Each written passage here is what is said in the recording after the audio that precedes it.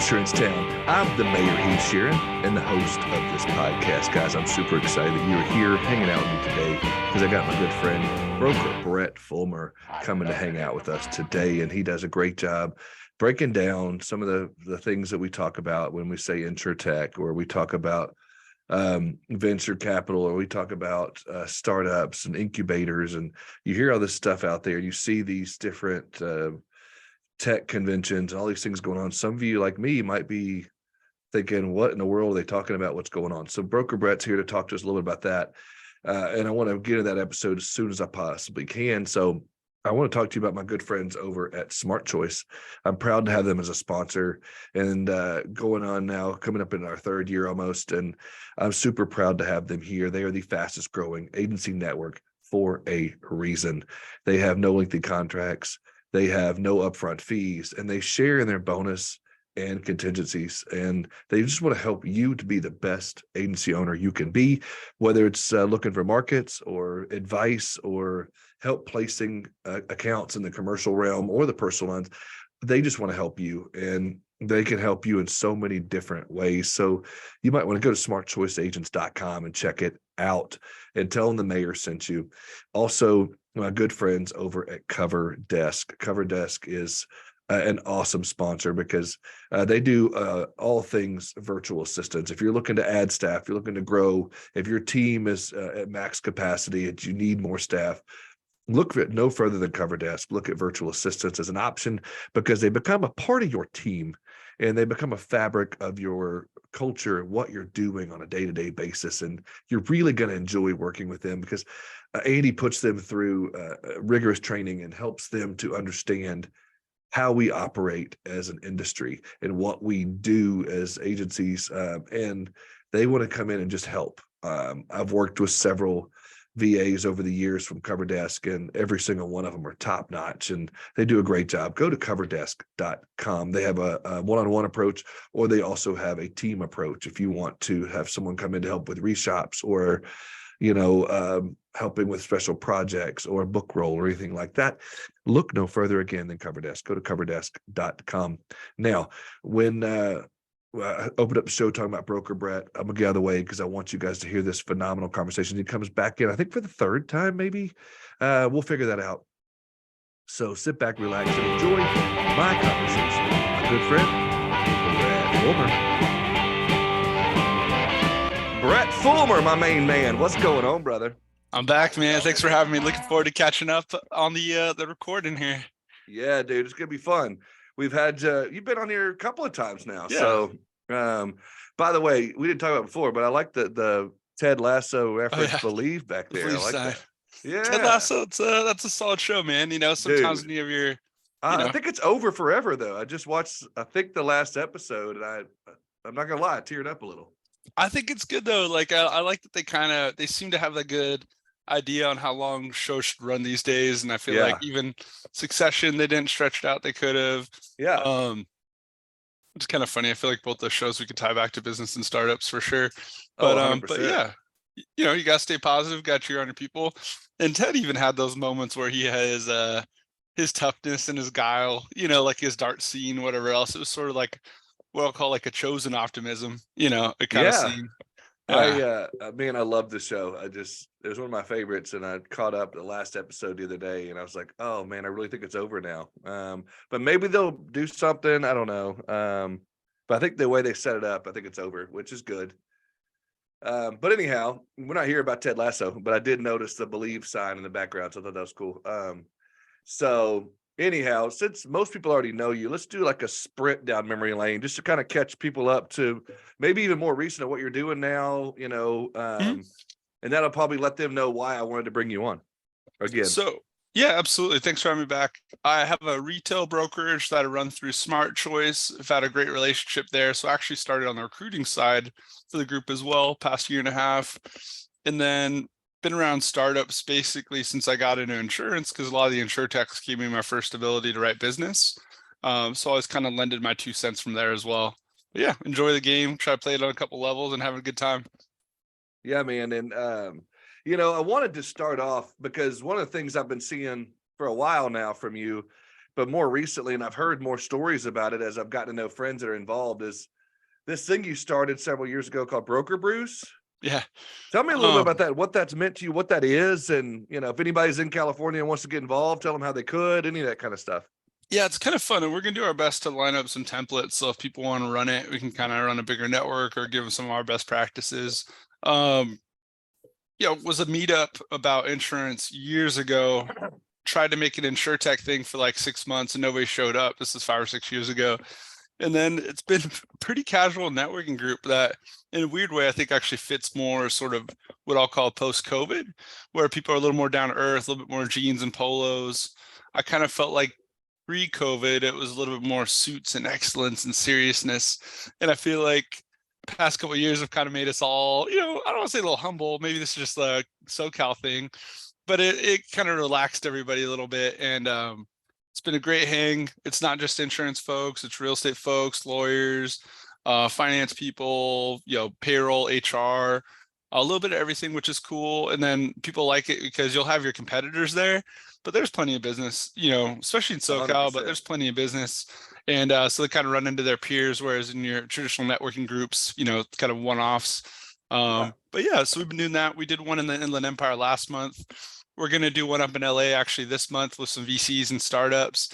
And then next month, we're supposed to go San Diego. So a little road show this year too, to kind of stretch out the SoCal reach. Yeah, it's fun. And we had a good turnout. So, I mean, it took us probably 3 or 4 years, 3 years to break into 20s and 30s. Our first on the Inland Empire, we were, 20s and 30s. So it's pretty cool and humbling. And not gonna lie, you talk about tearing up at Ted Lasso. I was kind of crossing the OC to IE border, kind of like, this is cool, kind of taking our little baby, to another part of the area.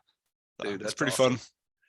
Yeah. So was that born out of a prospecting thing for you and then just morphed into something bigger? Or is it just more of, where does that come from for you? I read a book forever ago, Never Eat Alone. And hopefully this doesn't sound dark, but 48 Laws of Power was a really interesting book too. Mm-hmm. And you learn, probably similar to a podcast, but running a group doesn't take that much more work than participating well in something. And you kind of get unique upside. Plus just excuse, meet up with the buddies, go new places, kind of, go where we want. Sponsors take us different places. I'm a big fan of like collecting like contacts and opportunity without like a specific outcome, which I'm sure plenty of people could tell who've kind of followed me. Kind of letting the chemistry happen by putting a bunch of good elements in a room as opposed to sort of mathing it out. Yeah. But don't get me wrong, like once the table's set and you have good people, you have good business opportunities, you're confident in your own resources, you got to ask for the deal. People aren't going to give you business. But yeah, there wasn't like a grand plan as much as it seemed helpful to build a group of friends that were trying to build their careers, their businesses, their lives together. And we've gone to weddings, we've seen people have kids, like we've,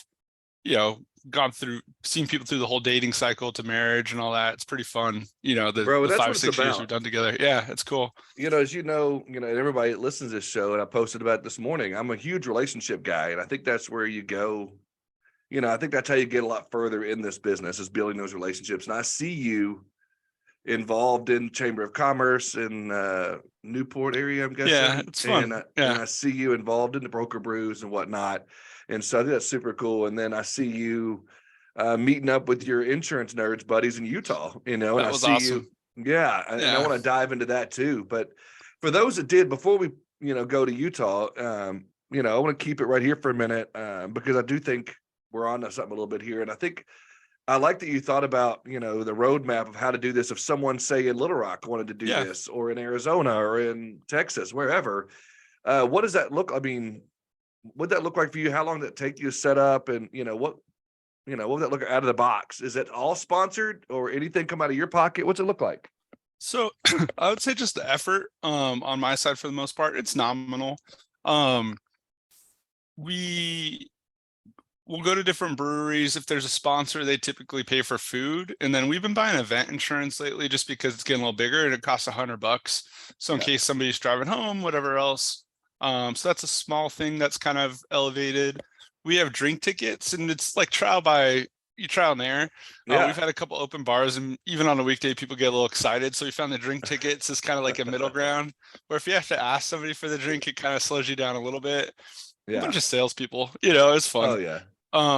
So yeah, little things like that. Try to get out a couple weeks in advance. I mean, it's goofy for the local ones. We have like a list of about 200 people, and I just make the invitees hidden, and I just move the Google. I just duplicate and move Yeah. the location. Yeah. Okay. And people just click and go. And then for the Do you ones that use are like an Eventbrite or like a Meetup or a sort of app, or you just put on Facebook? Like, what do you so it's set that up? kind of interesting. So we used to, and then during COVID, it became a little bit more like, not say insular, but Google Invite Direct. And then that's Okay. actually worked really well. And then we also use LinkedIn, because LinkedIn keeps it pretty professional, and then the Google Invite keeps it pretty professional. When we did like Eventbrite and Meetup and stuff publicly, nothing wrong with it, but you get some characters showing up. Yeah. And then for the ones out of the area, we've been doing Eventbrite private pages, so not password protected or anything, but you have to have the link. You can't like stumble on it. Right. And my friend Matt from Input One worked with some guys in the Inland Empire. We got a VC friend who's helping us line up one up in LA. We'll have a point person for one in San Diego, so I can kind of host it, and then they can lead open networking. Throw some notes and kind of curate our group that way too. Yeah. So if somebody, it's, pick random state, Yeah. Mississippi or Texas or wherever, wanted to do one of these types of things, any advice you might give, or what, because people might be like, I can't do that. I won't get anybody to go. Nobody will show up. And you're like quickly got to 20 or 30 or whatever it might be. And so what does that look like? I'm a big fan of like approachable goals that you can like kind of just almost like step over. Like I don't want it to be too hard. So I used to do it every other month, and that was a nice cadence, because every 3 months is a little too disconnected. Every month is a lift. I started doing it every month when I got more involved with Smart Choice, just because it seemed like a really good network to Yeah. facilitate, and guys like Jim Anderson come out, meet agents. Our marketing reps will come out and hang out with us. So for me, that just seemed like an extra, reason to work hard at it. But I go every other month. We like breweries because there's kind of a medium tone to it. A bar, the former youth pastor to me, the bar can get a little raucous for a weekday. Yeah. Yeah. Yeah, we're lucky. I mean, it's so funny, but breweries popping up everywhere the past dozen years, kind of give us a nice location. Trying to think what else. Yeah, I mean, they're more than welcome to join our like LinkedIn page. I'll do a better job putting that out in the world. We can start kind of coaching through there. In my mind, I kind of almost have this like Kinko's model, where I heard no two stores operated the same, but they had these like little principles or ideas. Sure. It'd be really fun to build a network, and just help people kind of spin up in different places. And I joke with Tony Kanyas, like with Insurance Nerds, like monetize without bastardize. Maybe we'll have a job board eventually. Maybe there'll be sponsors, but it's cool. We make a living off our day job, so we can kind of create this thing that's sort of helpful and tangential, but we don't have to, milk the cow too much. Totally get it. My wife and I, she runs the PIA of Arkansas, shout out there for a minute, but we wanted to do something similar to that several years back. And we called them, we have a thing called Young Insurance Professionals, YIPS. It's a PIA thing. And so we had just Yipster mixers. And so what we did was we, invited every agent we could, from whatever area we were in. We'd take it on the road a lot. But then what we would do is invite marketing reps to come out, because they got to spend money and they got to take their agents out to drinks and dinners and whatnot. We wouldn't have a sponsor. We just invite every marketing rep we could. And sure enough, they'd end up picking up all the tabs.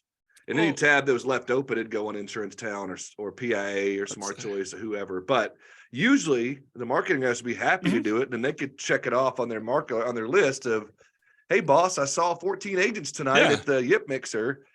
And so very similar approach. And it ended up, now we do them every quarter in different areas of the state of Arkansas. So again, another idea there, but I like, because the way we do it was simply for insurance agents and whatnot, but you invite other spheres of influences, and you invite, like I said, mortgage brokers, you might have a realtor, you might have a business owner and an insurance agent. And so I think that's a cool approach to make it a networking, a prospecting, and just hanging out with your buddies and having a beer.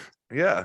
It's I kind of joke for the LA one that it's like the post conference without the conference. Yeah. And the other thing about the sponsorship is, you're right, like it's as much as maybe like buying a decent meal. And we just make each other look good. You know what I mean? There's not Yep. much to it. Like just get other people's names out in front of the crowd, help each other out. It's a lot of fun, And and the relationship building has just got to be, priceless. And so, especially when you bring up, and it's funny you say that because just last weekend, my wife and I went to, a wedding of someone we just met 6 months ago, Cool. that in the insurance industry, we just became friends really quickly. Yeah, And it was small, intimate family gathering and then us. And so we were that's the fun. odd men out, but just because the relationship we built. So again, whether you've known someone for a month or 2 or 6 months, that's a cool place to be. Yeah. And awkward transition here. But yeah, then I also see you, flying to Utah and doing stuff with your insurance nerds friends. And I've been seeing a lot of these not pop up, but a lot of these events more and more on LinkedIn of these incubators and these, VCs getting involved in this and InsurTech things. And there's a big one, it may have already happened in New York, Yep. Insights, InsurTech Insights. Yeah. that one. And then I've seen them in, Texas, and I've seen them in here and there and everywhere. So I thought it was interesting in Utah. And so tell me a little bit about that. What brought you out there? What did you see out there? What's your thoughts? I know you're the tech guy in Insurance Town. So give us some insights on that a little bit. Yeah, I appreciate it.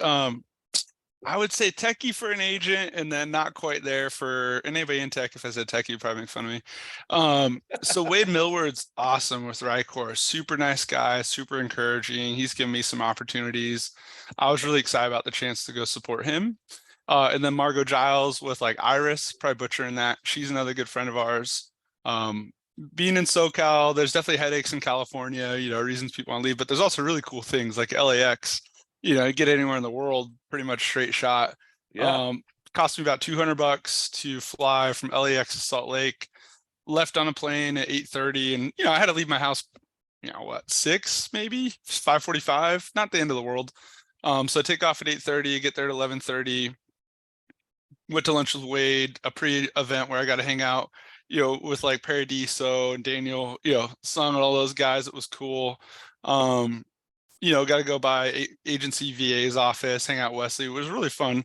And then, went to the event at 4, wrapped at 6, got a burger with Jim Anderson and Tony, who was back on a plane at 8:30 in Utah, landed at 9:30. The only wrinkle was 10:30 here. I ended up on the tarmac for like 45 minutes. I wasn't expecting it. Other than that, freaking lights out day. Yeah. So tell me what you saw when you were there. Like what, it for was those cool. that don't know, Yeah. because I got a great audience. It's a wide range of listeners, and some of those that may not know what goes on at these events. And when someone says incubator, they might mention VCs, they might just startups, InsurTech, all of that kind of stuff. If you could kind of throw that up in language that we might be able to understand a little better. Yeah, and then I'll make a couple. I think I can make a couple comparisons that are interesting. So the event was in Lehigh, and I landed in Salt Lake. And apparently, and I haven't been to Salt Lake City. If I had, I was a little kid. It's just blown out. So it's like a 30-minute drive, but there's stuff everywhere. And when you get to Lehigh, there's a lot of slick tech startups. I'll call them big fancy boxes, office buildings, names splashed up there. Totally reminded me of like San Jose, or even when I was in Ireland. It was really interesting to see Utah kind of popping like that. And Silicon Slopes apparently is just a great local incubator. So you'll have really big companies like Vivint or whoever else were homegrown in Utah sponsoring. And InsurTech's kind of a sliver of what's participating there, but a really nice facility, great little desk, awesome stage, lighting, and they packed it out. I think Wesley was doing a lot. I think Wade helped stoke it, but there were close to 200 people in there. I was seeing people like Bob Sargent. I wish I had a chance to talk with. And to kind of make it a little more granular and interesting, hopefully, there were some people who sponsored more of like an independent agent sort of incubator. So in my mind, in startups, we have independent agents, we have small business, we have kind of independent folks, and that's sort of one entry point. And then we have like corporate VCs and large venture funds and people who are looking at the giant apple that is top brokerages, top AMS system. So it's almost like these two paths. And this event catered more towards the independent path and kind of like the small business path, but was really fun. And side note about traveling around the country, this is the first like sober startup event I've ever been to, which I'm not totally surprised in Utah, but yeah, there's no beer. It's so Right. funny. Like you hang out with all the startup folks, it's usually a little bit of a party. Right. But that was really funny as I was sitting there. I was like, wait, what? What Yeah. kind of companies are you looking at there? What was some of the interesting things that you Yeah. saw? Because I've heard some stories at some of these events of someone that might come out with some off the wall, Yeah. pet insurance startup tech company that does something for cats or so. I don't know. I'm just making stuff up, but I've heard some interesting Yeah. startups out there. What did you see? Like, what was some of those that we might be on the lookout for that you saw that were interesting? So I'm going to try not to get too distracted, but a lot of times I think tech doesn't really like invent stuff as much as it digitizes kind of what's already there. Yeah. So the first one was like a home survey company that lets you do it on your mobile phone. So instead of, highly cost prohibitive or taking a month or like a hacky version of somebody doing a home survey themselves, it was a digital home survey company. And then I think it was Wade who has Rycor, who gives software to the franchisors to ensure the franchisees and keep them in compliance. PNC, really cool dude, really good vision. And then Mod Advisor, I'm slipping on his name, but helps you break down, your loss runs, helps you break down your, X mod materials. I need to dig in that more. You can tell I don't totally know what I'm talking about there. But Mod Advisor was there. Then Margot, who won? Congratulations, Margot. Yeah. With Iris, which is more of a Is that Todd relationship. Thames that does Mod Huh? Advisor? Yes, yeah, Todd, that sounds right. Yeah. And then Margot's building Iris, which is more of like a relationship oriented, CRM, AMS, as opposed to account direct specific. She's working on some really cool stuff, great agency experience. And then the last one, really nice gentleman who's doing like fraud, on images and documents, fraud analysis, because apparently people file wrong insurance claims. Apparently people try to get more money than they should sometimes. No. I didn't realize this, but insurance fraud is an issue, I guess. So he's working on that. But yeah, it's really cool. That event was focused a little bit more on independent agent channel. I feel like I've done way too much name dropping, but it's really fun. Like Mike No, that's Fusco what from Fusco Associates, Hanley was there. It was really always nice to see him in person. Yeah, the insurance industry kind of showed out to Utah to support some buddies who are building stuff. Yeah, I think that's super cool, and that's one of the things that I've noticed a trend in is, once we finally, I feel like we were late to the party on the insurtech, but then once we've gotten there, I feel like, we're running a little bit with that. Not necessarily a sprint yet, but I think we're trying to catch up so much, to the rest of the world almost. Well, and insurance is conservative and there's lots to protect. And I don't think it needed to run too fast to start because people are making money, and things are kind of working. Now that technology and the internet have proved themselves, it's great that we're leaning in. Now, 5 or 6 years ago, there was like a disrupt, and that was in every industry. Tech thought it could come along, kind of like quote unquote, like eat people's lunches. But I think tech realized there's a deep knowledge in insurance, and then I think insurance realized, oh well, there's some efficiencies we're missing. And I think the past couple of years kind of humbled everybody and kind of put everybody in the same room. I always thought insurtech was going to go away. Eventually, it's just going to be like insurance, Yeah. insurance using technology. We're getting there. I've said this a bunch, so I apologize for repeating, but my rule of thumb for working with startups is trust like the founder, because if not, why? See it working somewhere else, but not in insurance yet, and then think the team's capable. Probably needs to evolve. A lot's happened, but those are kind of like the tenets I'm usually looking at things with. And so the ones because there's a lot of them that start up and a lot of Mhm. them that don't make it. Mhm. The ones that do, what would you say, is what I guess take this from either angle. Actually, What do you yeah. think? What do you think makes the ones that don't make it fail, and what do you think the ones that do make it? What's their secret sauce? What do you think it is? Is it a patience game, or is it something they know that somebody else doesn't, or is it some? However you want to answer that, Yeah. because you seem to be more connected in that world than I am down here in Little Rock, where we Yeah. still just barely wear shoes. It's cool that we're mashing up everywhere. We got plenty of people in Orange County that don't wear shoes, No, there you go. especially in Orange County. Yeah, it's so 1 in 100 startups will get funding, and 1 in 10 VC startups, back startups, will have a meaningful exit. So you're talking, like what would that be? 1 in 1,000 potentially. So there's a bunch of things. They say, when it comes to small business, I just heard this the other day, there's foxes and there's like hedgehogs. A fox is clever, can go get money, whatever else, dress up, whatever. A hedgehog knows one thing, burrows down, probably doesn't want to talk to anybody, is just going to go build their business. I think when you're raising money, if you want to go the VC route, you got to be a little bit of a fox. You got to be a little chameleon. You got to meet people, tell a big story. But I think soon as you have quote unquote the bag, like they say, you got to turn into a hedgehog really fast. So there's a show and a vision if you want to get quote unquote like other people's money, and it's got to have this like huge industry, huge outcome, moral idea. Like you're selling, right? You're selling. Here's my $2 million. Oh, now I need to go run a business. If you're chasing metrics and if you're hiring people to hire people and on some imaginary like burn rate, especially today, Yeah. playing some like greater fool game, I think you're going to blow yourself up, but if you get that ammunition or that ability to build something and you have a secret, I think you kind of bunker down and start building. With that being said, in any enterprise, any startup, you don't know what you don't know, and you just got to start, and you got to go around that corner, take a look, adjust your tack. Around that corner, take a look, adjust your tack. It's never going to be a straight line. I had Kyle Nakasuji with Clear Cover on for a second episode, and I was like, "Hey, it was easy, right? Everything's gone exactly to plan. Clear Cover's just growing up into the right, like you Right. wanted." He's like, "Yeah, of course." He's like, "All right, we're done then, right?"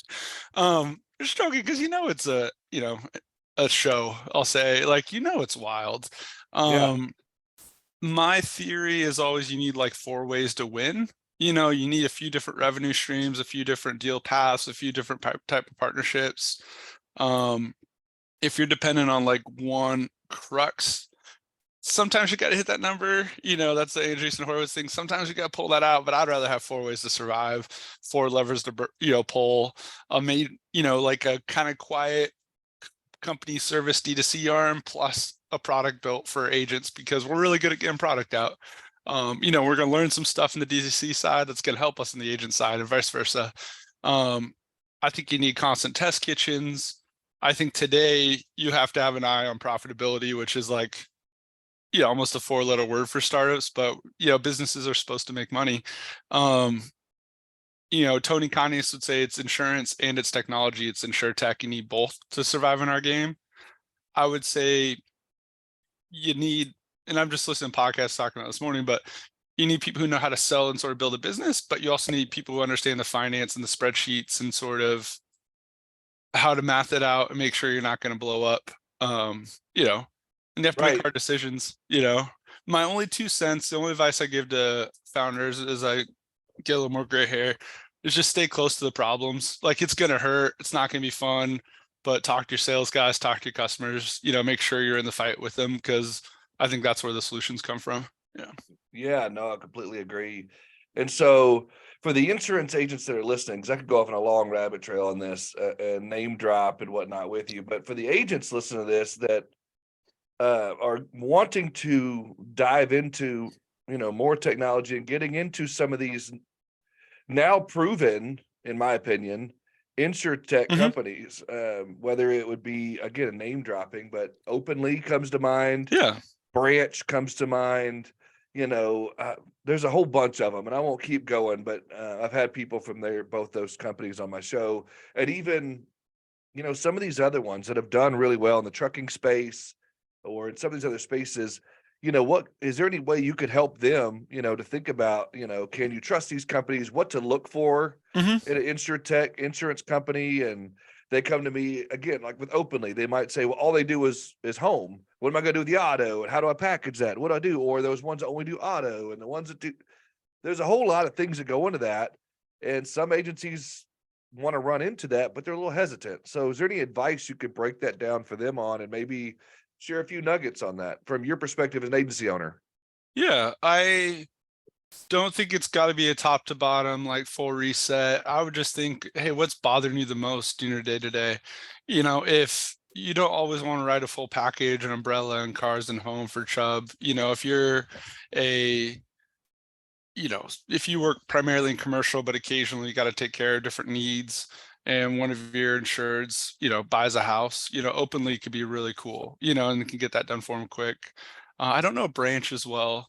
Our buddies over at Canopy, if you're drowning in personal lines and you can't read some picture of a VIN number that somebody gave you from, through their windshield, you can get people to log into their current accounts and get their data. I would just say, what sucks in your day? What do you hate? And So maybe there's a tool for identify the that. problem and look for Yeah. a solution, and maybe the Yeah. InsurTech could be that solution. I think so. Instead of reinventing the wheel, Yeah. maybe sew up your processes, so to speak, with an InsurTech or with some sort of technology, so to speak. And so I think people, they're scared of it. And for a long time, when InsurTech first became a thing, people were talking, and I'm going back, I don't know the exact time frame, but 10 or 12 years ago, people were like, they're going to replace us. We're not going to have insurance agencies anymore. And I feel like the independent channel is stronger than ever now. Yeah, I think so. Instead of we've been replaced and people thinking it's going to be, like the Jetsons, and we're going to have a robot come in and do, I just don't think it's like that. And I think we've seen too much on TV and movies that have kind of scared us, or we think it's replacement. And I'm glad you dropped Canopy. I didn't have to do it. I was going to, but I was going to try to dial it back a little, but I'm glad you brought them up because, again, going back to raising capital and doing the right thing, I think they're a prime example of someone, Tolga did it very carefully, strategically, did things the right way, and found a huge problem that he was able to solve. And now branching off into commercial lines, which if you've ever written commercial insurance, you know how difficult it is to get loss runs. And getting it from the other agent and trying to play nice, but also take their business from the back door. And he's found a way to do that with one click of a button, so to speak. And Tolga's been with me, as you know, and most of my listeners from day one almost. That's cool. We started together. I've watched his company do really, really well, and I'm very proud of what he's done. Shout out to Canopy Connect. And if you already heard the ad earlier in the intro, sorry you get to hear it again. But I love my friends there. Go to usecanopy.com, last drop there. But I think there's other companies like that you could find to, again, going back to another buzz thing right now is the customer experience, the customer journey, to shore that up a little bit with some of that tech. And so, again, feel free to name drop or just bring up other things. Is there other things besides Canopy or some other technology that you've seen out there that can really help? Hey, we're at a mid-roll ad, ladies and gentlemen, and I can't wait to talk to you about my good friends over at Manscaped. Father's Day is right around the corner, and you probably haven't gotten your dad anything yet. Don't worry, that's where my good friends over at Manscaped will come into play. Manscaped, you and I both know your dad needs some grooming in his life. Seriously, grab your dad the Performance Package 4.0, and he will thank you so much for helping him tame his beast. It's a win-win situation for both mom and dad. You get this awesome tool shed here that you could put all of your stuff in. It comes with the trimmer, which is called the Weed Whacker, which helps you with those nose hairs and the ear hairs and all those other hairs like there, your eyebrow, all of those things to help your father look good. It also comes with the Lawnmower 4.0 for the below the waist grooming. It comes with the Crop Preserver and the Crop Reviver. And if you wanted to look at another direction, there's also the Beard Hedger Pro. Sorry, the lighting here is a little off there. I apologize there, but the Beard Hedger Pro here is a phenomenal product here to help him with his beard. Maybe he's growing out that ZZ Top beard, going back to his old days, or maybe he's just needing some help around that area. So this is a phenomenal product. So you may want to check this out too. Maybe you think your dad might like a shirt. You go out there and check that out. There's so many products. Manscaped.com. Please go and check it out and use the code MAYOR when you scroll to the bottom at checkout. You'll get 20% off. But wait, there's more. You also get free shipping on everything that you order using the code MAYOR. Manscaped.com. The only men's brand dedicated to below the waist grooming, and they have perfected the game with the Lawnmower 4.0, with this Beard Hedger, with the Weed Whacker, with all of their products. They are phenomenal.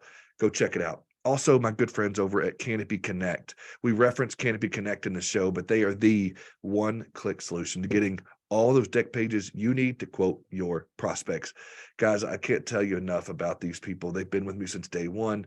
They are changing the game for both personal lines and commercial lines, for your customer journey, the customer experience, for your agency.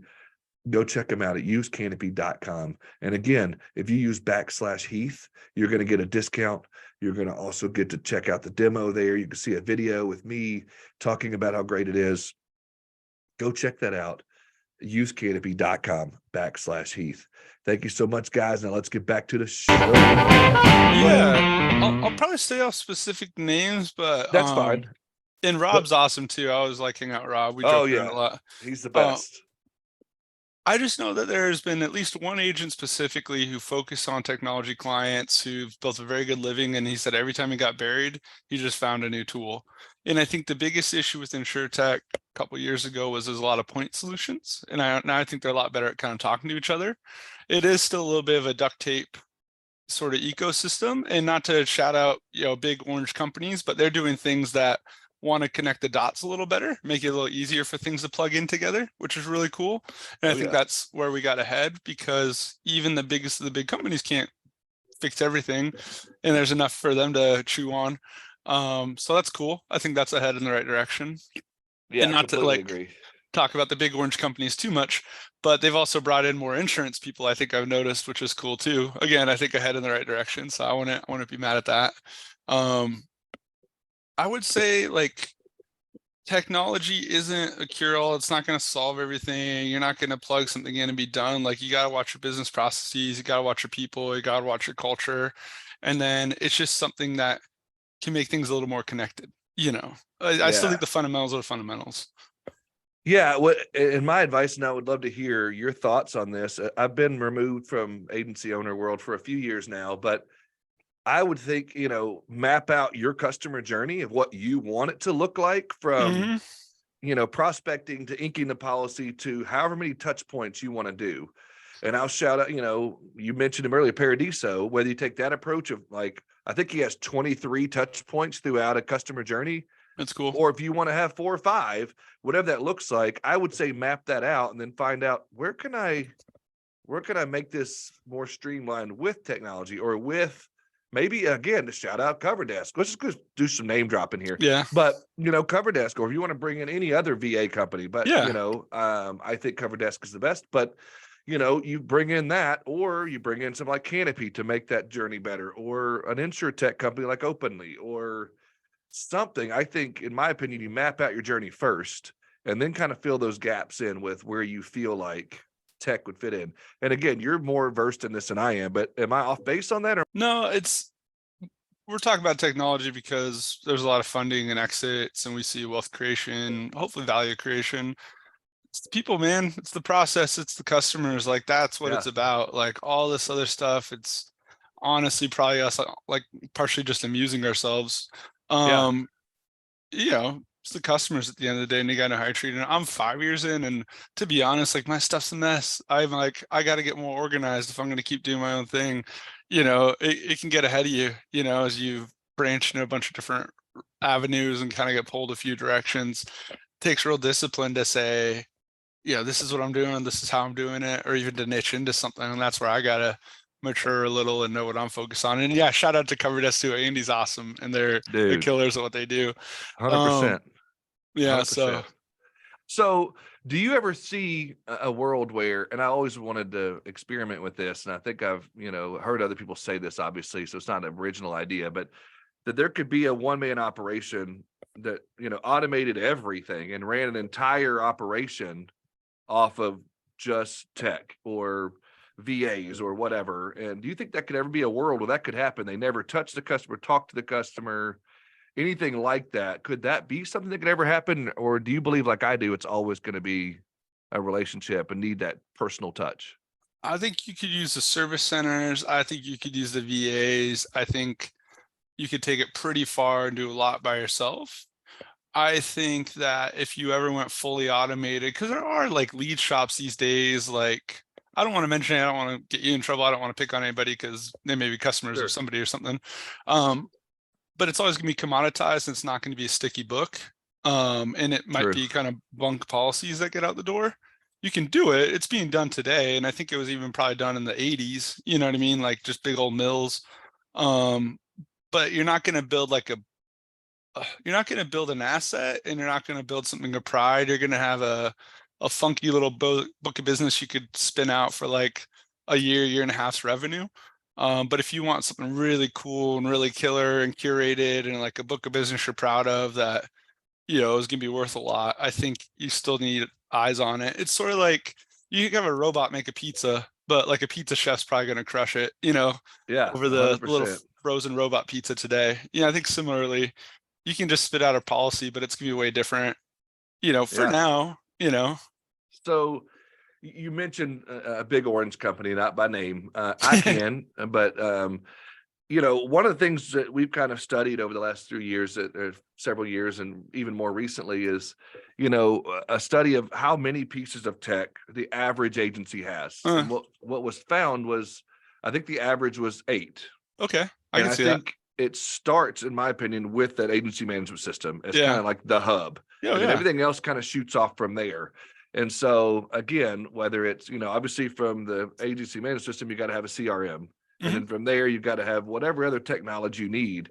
But if you were to try to, mention some of those 8, and again, I'm putting you on the spot. We didn't really rehearse any of this, but what else would you think, once you get the management system and the CRM, where else do you think agencies should go? Yeah, anything that makes the client's life easy. It's so silly. I was even giggling to myself thinking about it. eFax, and Ring Central pops the eFax in there, which still comes up. You'd be surprised. VoIP is another one. That's a good one too. Yeah. Just info collecting. Our buds at Canopy to punch some of the data in. Just thinking through. I think your 8's right. It's nothing. I mean, there's no like magic to it. I mean, you just think of your day to day. I even have a mailbox I use because I'm not sure I'll always use the same office. So like it's so funny. There's like the tactile things too. I'm always trying to make my business cards better. I've got the QR code on my phone, but you have to remember who the contact was, and I'll like screenshot their LinkedIn as soon as I get it, so I don't forget who they were. But I'm still using business cards. It's little stuff. I'm going to an event tonight. I'm thinking through what clothes I'm going to wear. You know what I mean? Like I'm going to present myself. It's funny you say that, and okay, my audience is going to laugh at me probably, but I don't care. And you're probably going to make fun of me as well. But so my wife and I sat, our oldest daughter down, and we were watching just old like movies like Mean Girls and Clueless and some of those old like just showing our kids, bullying and how it was even going on in the 90s and whatnot and 2000s. And, we just kind of going through some of that. I think it was Clueless. I don't know if you've seen it. Again, don't make fun of me. It's girl movie. That's a great 90s movie. No, it's a classic. That and Mean Girls, they're awesome comedies. Yeah. Sure. Yeah. But even she had in the I think it was 99, 98 when that came out, she had this digital closet that she would scroll through her whole entire closet, and be able to see that. And that was forward thinking back then, in my opinion. So it's funny you were talking about that. It's made me thinking about your wardrobe. She was even doing that back then. And so it's just funny to think about how much, the Jetsons and Star Trek predicted all of this. Right. That is crazy. That's Buckminster Fuller or whatever in like the 1920s, And then you think about like when I was at the One City World Tour and they brought the DeLorean in. Oh, cool. Yeah. That was crazy. Think about Back to the Future. And I've been waiting on these flying skateboards, and they haven't happened yet. But, we've got hoverboards, but I don't think they really hover. But anyway, go ahead. I thought you were going a different direction with that, which is interesting. So my mom, go take it wherever you want to. No, I think I got rabbit trailing. My mom, it was East LA. Like we joked that she's either buying you presents or yelling at you. She's a Mexican woman. She's awesome. She's loving. And my dad's loving too, his own way. German, English, Scottish, very stoic, very serious. And growing up, it's always like people judge you how you read, write, and look. Like there was just, even as like little kids, it was like pounded into us. Like, and we didn't follow. I mean, we didn't pay attention. We were a mess. But there's that cognizant that, of just presenting. And I have a friend, Kashif Zubair, is a good professional. He's like, it's important to look sharp because people are judging you on how much stress you can take. And his thing was, if you look presentable, if you look fit, if your clothes are in good order, then people can give you more problems to solve. If you come in the room looking like a mess 5 minutes late, like people are gonna be like, I can't give this guy anything else to do. He's a mess. And And on the flip side of that, there is kind of the George Costanza walk around the office looking frustrated when people think you're busy, so Right. got to pay attention, it's got to You be a do. method to the madness. Right. And you can, that's one of the things that was a big part of the last couple of years of my career of there's a difference in busy and productive. Oh yeah, 100%. Dude, my dad, And we'll talk about that to this day. yeah, I mean, I you could easily look busy, yeah. but were you productive in that busyness? And so I think going back to tech, I think that's, a big part of some of that. And so one of the things, again, we don't script these things out, but, we were kind of texting a little bit before we got started. You mentioned you may have an idea or two you might want to discuss. And so I'm putting you on the spot here. We can edit if we need to. No. We're good. I didn't know if there was anything else, we might want to jump into. Well, you'd mentioned like what I'll call the smaller like incubators and Yeah. the groups of agents who are helping startups get going, versus Yeah, which I what think I'll is super call, cool. Yeah. the classic like VC funded, enterprise scale $1 billion exit. I learned this from a buddy, Pat Kloss at MGV. Insurance is a huge industry, but there's slivers of value, there's slivers of revenue. Like you're not going to always attack the whole $2 trillion pie. So you have to pay attention to what is your startup doing and what is that part of the vertical. If it's claims fraud, okay, there's $500 million of claims fraud every year. So that means there's $500 million. If there's already 3 companies in the space and there's only $500 million to split up, then that means our outcome, even if we do great, can only be like 250 million. If I'm trying to say my company's worth X, will it get there? So I think if any startups are listening to this, you have the IA channel, which I'll call intelligent smaller ball. And I mean, no disrespect, there's thousands of agents, they move a lot of it. And then you have, the big orange guy and the other big guy, and you have the top 4 or 5 agencies in the country. And that's going to have a different outcome. So like the classic VCs that'll give you X amount for millions with a potential $300 million exit, $1 billion exit, that might be one door. Whereas if you're building something to help the IA channel, it might be another. Just pay attention to the metrics of the business you're trying to play, who you're trying to serve. And it doesn't mean you can't switch context or you can't switch potential future customers or outcomes, but you should probably know how you're trying to win first before you start the journey. And then, it could be in your roadmap later to go from big enterprise to smaller, from small independent agents to big enterprise. But I just think it's helpful to know who to go to for funding and what your potential outcome is. And my last ramble, like I think of insurance and insurtech as a little bit smaller than fintech or other startups. So when I'm thinking about a startup, I'm thinking about a $40 to $300 million exit, which is still a lot of money, but I'm not thinking like billion, multi-unicorn. I'm like, that could happen, but what's the realistic possibility? So that's how I look at it too. Yeah. Well, yeah, and you bring up, insurance agents get involved in funding on some of this, and I think, in my opinion, that's a good thing because what I've noticed is I'm now dipping my toe into the insurtech world and getting involved more of the technology side of things, which is new for me, and I feel like the old guy in the room half the time now. But what I've noticed is the majority, you've probably seen the same thing.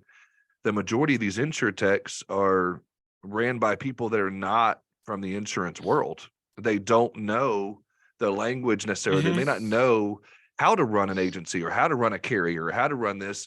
They know business, they know tech, but so now I'm thinking, how cool is it that they have an opportunity to have an advisor that is in the insurance world? And I know you've done some of this angel investing. You've been involved in some of this type of stuff. What does that mean for our industry, seeing tech startups having the backing of some of the brilliant minds in our industry? You mentioned some of them earlier. Yeah, that's fun. I got, a Fineo shirt over there, 1-4 Marble. I've had goofy sales jobs where like literally it's just given like a 1-page script to sell copiers and like grab some cards off somebody's desk. My training for office moves was like 2 breakfasts and like go hit the bricks, go start talking to building owners. I've had to do a lot of like 0 to 1. And I've been around great salespeople. I mean, there's been really good mentor discussions, but it wasn't like I had like corporate training. It wasn't like there were great pamphlets or something. I don't know. I've just had nothing. So I'm really helpful for the startups when they're getting going, when they're getting off the ground. I don't have an MBA, maybe I'll get one, nothing against it. But once they're getting like Series A, 10 million, and then trying to like scale. I'm not sure how much help I can be. But most of the agents you're talking about, most people we know, like they're small business folks, they're bootstrap folks, they're no funding folks, self-funding folks. So I think we're really helpful when things are getting going. And I think that independent kind of small business channel, there are going to be some great champions who are going to help start really cool companies out of there. And then I do think there'll be experienced founders and people who've exited startups that can help those startups go from independent, kind of small tech-enabled businesses to venture back to enterprise level. I'll give a shout out to like Raga from Tarmica, like he's a big guy, but he's done that like small business thing. Now he's over at one of the other places that's pretty big. And then, so maybe he could help the ones that go from 0 to 1 to independent agents go to that other direction, 100%. Yeah. And you think about Glovebox, those Yeah, boys built a $100 exactly. million premium agency, and I don't know how long, I think it was a short amount of time, whatever that number was. Yeah. And now look at them. They've got a very successful, business that they've Mhm. come out of that tech startup world, and they've raised some good money. And, I just think there's a lot to pay attention to, but I think there's also a lot that you could get lost in and get that shiny object syndrome. And Yeah. so I get concerned for my citizens listening and the listeners out there, whether it's my show or any other of the shows they may listen to, of, finding the right one, figuring out which avenue to go, what's going to make it, what's not, who to fund, who not to, who to get involved with, who's not. And I guess there's no genie or crystal ball, but at the same time, I think you got to look at like attributes. I'm gonna make this a little silly, like a video game. I love it. Go. For myself, I'm looking to go personally, professionally, whatever, to like the next kind of rung. And I'm not trying to jump levels because I think that's kind of how you get hurt. You know what I mean? Like that's kind of how things go sideways or you overextend, or I just want to level up consistently. Let's break down like a Tolga Canopy, for instance. He went to University of Waterloo. He went to like the MIT of Canada. His tech and his eye is going to be 9 out of 10 at least, right? And then he worked at large scale venture backed startups that were really successful outside of insurance. Again, 9 out of 10. So operator, business acumen, maybe he's a 6, let's call it, could be greater. And maybe his insurance, before he got started, it was called 2 or 3, but he still had those 9s, let's call it plus a 6, plus a 2 or 3. So he's at like a 8, 7, 8, right? Yeah. You could have somebody who's a 10 at insurance, but if they're a 1 of tech, maybe a 2 of business, and they want to do like a tech startup, they're going to have a hard time, but if they're already building their own agency tools, building their own website, so they're a 8, 8 or 9 on insurance, a 5 on tech, 5 on business acumen, and like a 7 on grit, they're probably gonna be okay. Yeah. I would just look for balanced teams, I guess. Yeah. That's good advice. and That's that's why really I think good. they have co-founders a lot of the time too. I think you'll have the guy who's a little bit more the fox who can get the money, but I think you need a stodgy, gray-haired man or woman, hedgehog that can sort of help keep the business on the rails too, and not let the fox get too excited. Yeah. So as we start to wind down a little bit, because I just looked up, I was like, holy smokes. Yeah. So let's talk about people that may want to dip their toe into this angel investing, or finding one of these startups they want to get involved with, and maybe they hadn't been asked to be a part of a bigger thing, like we don't want to drop names, but that's already started. But if they want to still get involved in that, how do you even know where to go on that? Where do you start? All of that, because it's hard to find some of that stuff, especially if you're in Podunk, Arkansas, or if you're in wherever. And I live in Arkansas, so I'm not dogging Arkansas, don't get me wrong. But if you're living in, somewhere you may not have that opportunity to be in a hub like that, where do you even begin to go on that? How do you become an angel investor, or how do you become an investor in general? So the book that I kind of blame a lot of this on was Angel by Jason Calacanis. And Okay. then I'll try to send you this form too, but my friend Stephen Goldstein gave me a document too that kind of breaks down time value trade.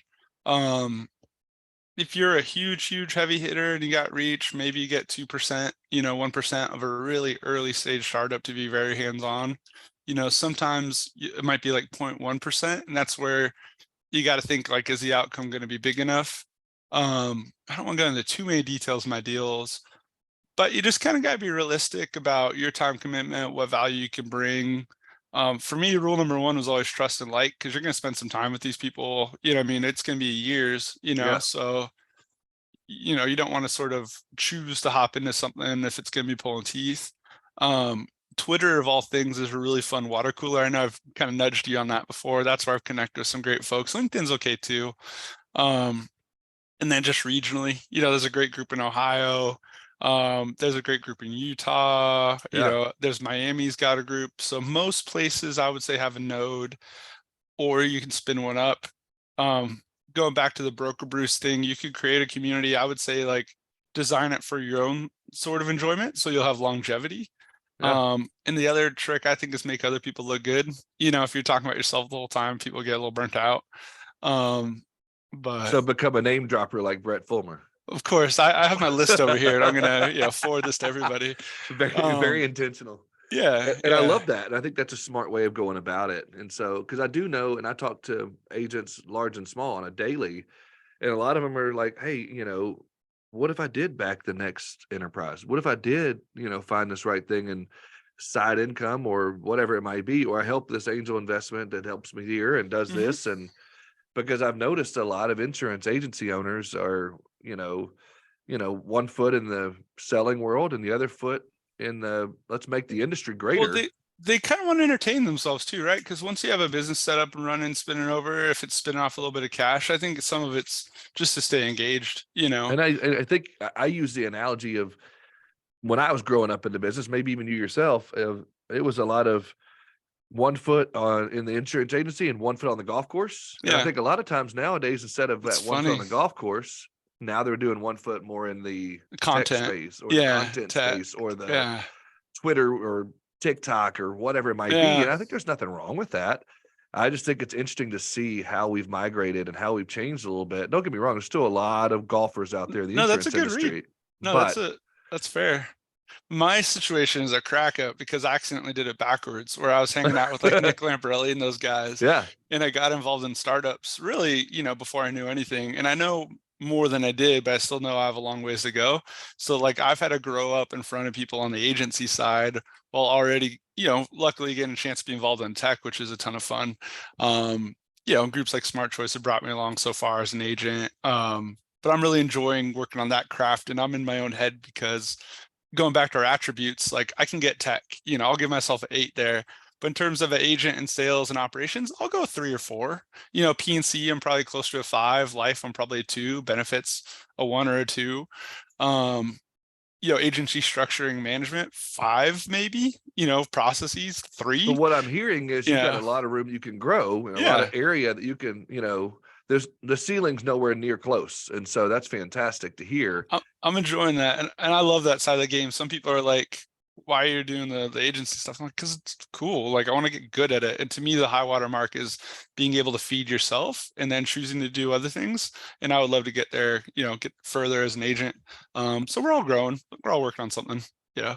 So let's do some rapid fire quick as you can, so to speak, of tell me, I know you're involved in a lot of things, but anything Mhm. you want to shout out, whether it's insurance nerds, the agency, or anything you've got going on, out there, any of your angel investments, anything like that, I want to give you a shout out, time to talk for the next 3 or 4 minutes as we wrap up, and any Yeah. contact info, people want to reach out, you just go, I'll shut up.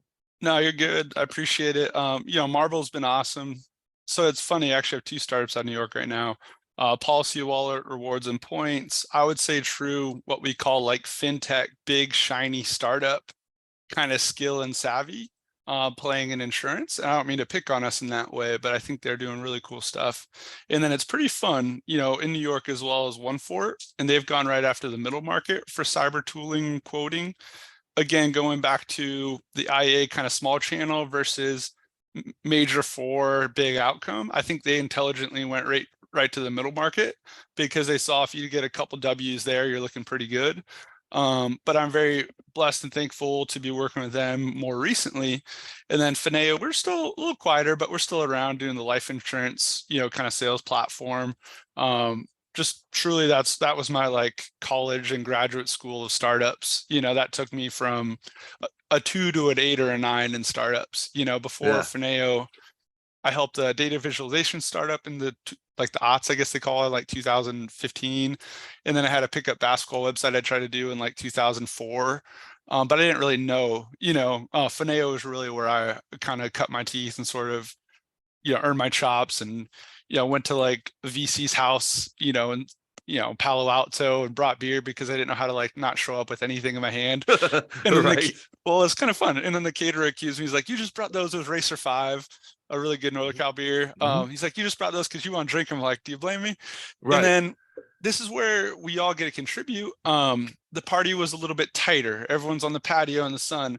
I end up like mentioning the beer and going down with the guy who owned the fund, son, who was in his 20s, and we cracked the first beers and sort of drug everybody's shade. So even the salesman was the one who kind of was there, sort of initiating the motion. Yeah. We all have something to contribute. I love our little bowling ball salespeople, and in the tech startups, in the VC land, like they still need us to kind of help instigate, and connect the Yeah. dots, So that's what I feel like I do. Yeah, I joke a guinea pig who can talk, around I love InsurTech. it. We'll just try to play the game, try to be candid, boots on the ground. Oh, yeah, you've yeah. dropped insurance nerd people a little bit. Go ahead. You were going to go somewhere else, but go ahead. Oh, you said contact info. Just Brett, BRETT at brokerbrett.com. I think LinkedIn and /brokerbrett. Twitter, it's like broker_Brett. But yeah, pretty easy to find. Yeah. And I'll drop your contact info in the show notes. But could you, end us out with a little bit about Insurance Nerds and what that is? So Insurance Nerds, I would say, really started with the book about insuring tomorrow, insuring millennials, which is crazy that I think it was like 8 years ago now or something. Tony and Carly, and then Nick hopped in there, early on, really helped level it up. Rob Galbraith played a hand. Brian Falchuk helped out a little bit, published his first book. We have a great Slack community, 20,000 people on LinkedIn, if anybody wants to sponsor, support. But really just kind of a homegrown avenue to contribute, kind of raise up the community. What I think is interesting about it is we have a lot of young folks on it, like Gen Z, and then we have a lot of executives, probably a little lighter on the broker side, probably a little heavier on the industry side. So it's cool for me to talk to underwriters, talk to actuaries, get like a full picture rather than, a sales guy's just trying to push paper. Probably honestly messes me up as a salesman because I write too good a business. Sometimes I should just be shoving policies out the door, but I think like an underwriter, and no, there's nothing wrong with that. Yeah, right. Strategically grow with business that for sure, the business that you want to write. So that's smart. Dude, I appreciate you hopping in with me and hanging out and coming back fun. Again. I know the town always loves to hear you, so I appreciate you, brother. Yeah, no, likewise, man. Thanks for being a voice of the agent, being a voice of the people, trying to explore alongside. And I think it's cool to we don't have it all figured out, we're all growing together. And I appreciate you taking that approach rather than, banging the desk. Yeah, dude, I appreciate that, man. Have a great day, brother. You too. Thank you so much, guys, for hanging out with me and Broker Brett today in the program. Hope you guys had as much fun as I did. What a great time. And hopefully he broke that down to you in a way that you love as much as I did. If you got an idea for your own show, go to getreadysetpodcast.com and check it out. Ready Set Podcast, turning your brilliant ideas into reality. Thanks again, guys. Also, keep coming at me with your ideas, your show notes, your thoughts, everything like that. It's my favorite thing of the week is getting in the grab bag and the mail bag and checking out all the letters that you send me and the letters, the emails, the posts, the DMs, all of those things. Keep coming there. Email me at heath@insurancetownpodcast.com. Guys, thanks again. I look forward to hanging out with you again next week.